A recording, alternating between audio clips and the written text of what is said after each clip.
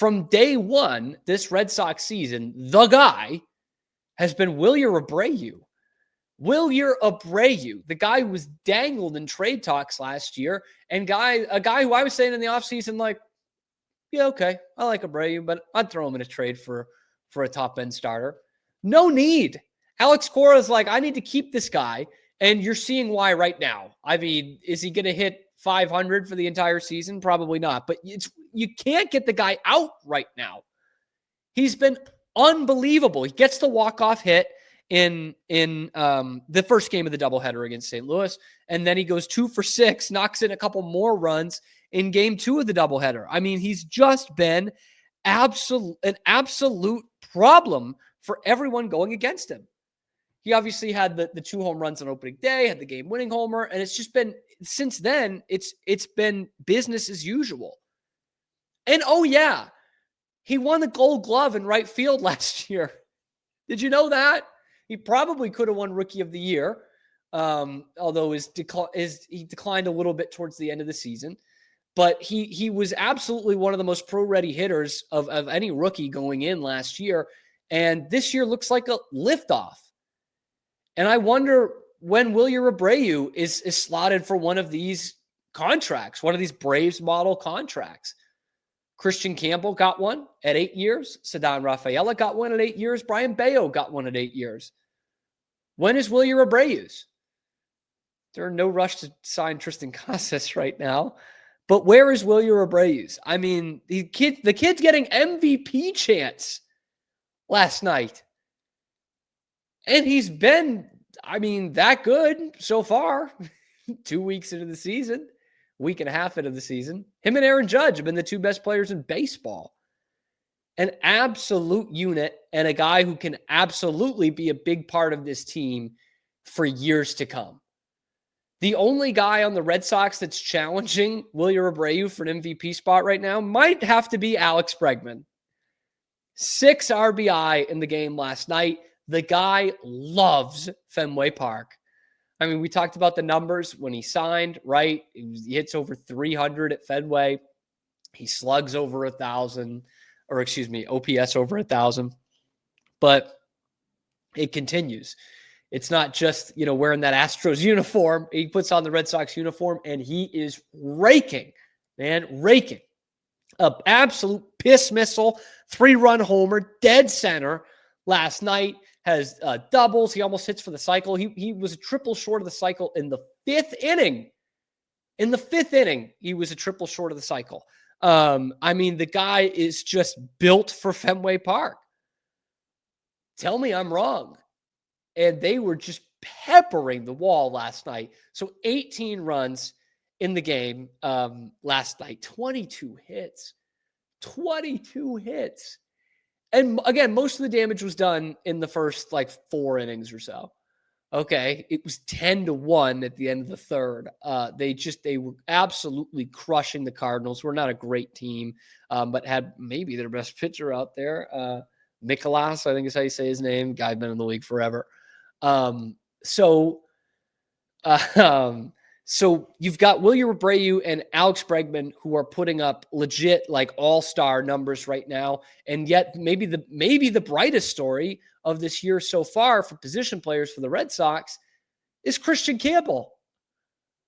Kristian Campbell comes in as a rookie and it's like, we don't know. He didn't have a great spring. He kind of came on a little bit at the end, but we're just going to give him this job and kind of trial by fire, throw him out to the deep end. Let him be a major leaguer. And it might be ugly, right? I think that was a consensus from Red Sox fans and analysts going into the season. This might not be very pretty. So far, it's been pretty. It's been really pretty. In fact, the Red Sox announced last night that Kristian Campbell, having reached base in his first 10 MLB games, the only other Red Sox players to do that in the live ball era, George Scott and Theodore Samuel Williams. That's pretty good company to be in. Boomer and Teddy Ball game. That's not bad. Okay. Kristian Campbell, no pun intended, because this movie is based off Ted Williams, he looks like a natural. Like to a week and a half into the season, you're like, I can't believe we ever thought this kid wasn't ready. And, he's not hitting 500, but he looks very comfortable at the plate. He gets a hit every game. He gets on base every game. And he's playing a couple different positions. I'm telling you, with that contract, 3 years from now, he might be the most valuable player in baseball.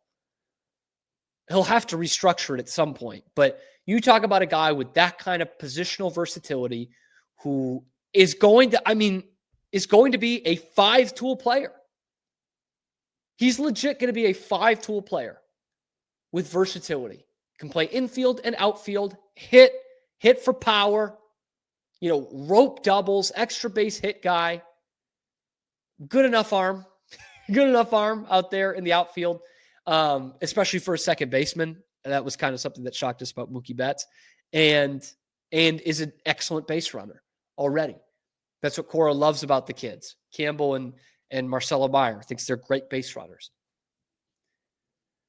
This is way ahead of the skis here.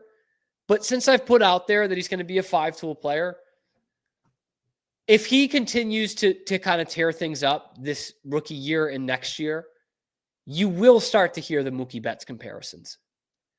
And it's natural. I mean, you see the kid at the plate, the way he swings, his plate discipline, it's a lot like Mookie Betts.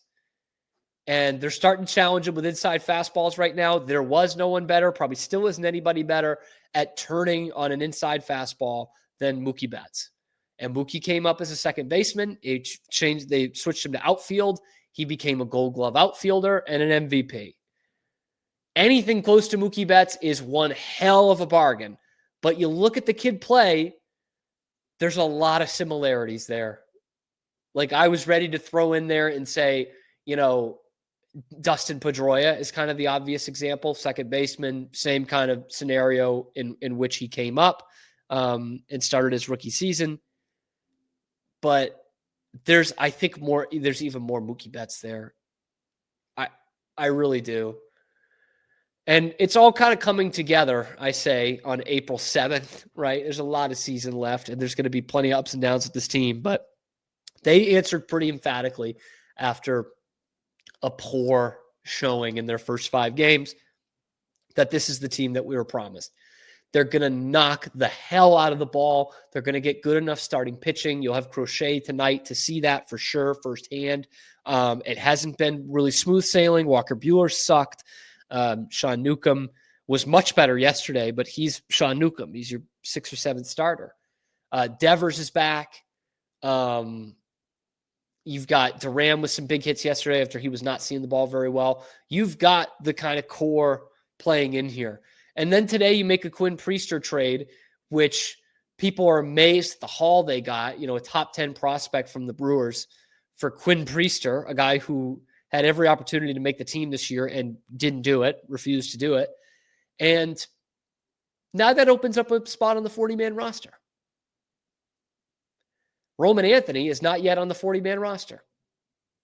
So if you want to get your balls tickled, Red Sox fans, and that wasn't enough for you, you could see Roman Anthony on this team pretty soon here.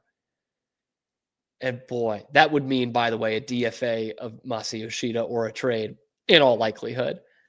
Which I'm welcoming at this point. Roman Anthony's the future of this team. And by the way, speaking of this team, and I'm going a million different directions here, but I'm already getting the vibes of like this team. The fan base was ready for a winner. They were ready to add firepower. They've added the firepower. This fan base has not been genuinely excited for an opening day in 6 years, probably. The 21 team was kind of out of nowhere. 22, they didn't get any better from that 21 team, so there was a lot of question marks. And there was a strike to delay that season. You always have the Celtics going in to make a long playoff run, and usually you have the Bruins set to make a good playoff run. This is as excited as this fan base has been in a long time, quite a few years here. And you heard it over the weekend with Lou and Dave saying, this is what this ballpark is supposed to feel like. This is how fun it's supposed to be. Like this is supposed to be a team that just knocks the absolute piss out of the ball, and it's supposed to be in front of an electric crowd. and you've already gotten that, and the place hasn't even been full yet. Wasn't even full on Sunday. This is going to be an electric atmosphere. It's going to be an electric team. Strap in. This is going to be one hell of a ride. It's not always going to be smooth sailing, but it is going to be one hell of a ride. The Red Sox are back. Let me know what you think about the future of this team. Wilyer Abreu, Kristian Campbell, Roman Anthony. Let me know in the comment section below. Be sure to like the video, subscribe to the channel. Only about 10% of you watching are actually subscribed to the channel. Come on, guys. We're giving you nothing but Boston sports content every day with my ugly mug. I'm Cam Stewart hosting. Zach Burke keeps us on the air live every weekday on YouTube, high noon Eastern time, and then wherever you get your podcasts. So check out the other videos on the channel talking nothing but Boston sports.